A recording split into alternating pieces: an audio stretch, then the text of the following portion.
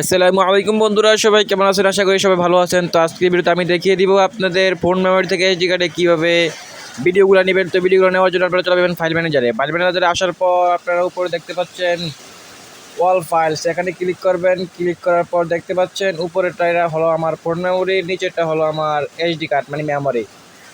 হ্যাঁ, দুটোটা। তো এখন আপনারা চলে যাবেন আপনাদের ফোন মেমোরিতে। হ্যাঁ, ফোন মেমোরিতে আসার পর নিচে চলে যাবেন, দেখতে পাচ্ছেন ডাউনলোড নামে একটি অপশন। তো ডাউনলোডে ক্লিক করবেন। তো এখানে দেখতে পাচ্ছেন আমার একটি উপরে একটি ভিডিও আছে। এই ভিডিওটি আমি এসডি কার্ডে নিব। তো নেওয়ার জন্য আপনারা চাপ দিয়ে ধরে রাখবেন। চাপ দেওয়ার পর নিচে দেখতে পাচ্ছেন মুভি নামে একটি অপশন, মুভিতে ক্লিক করবেন।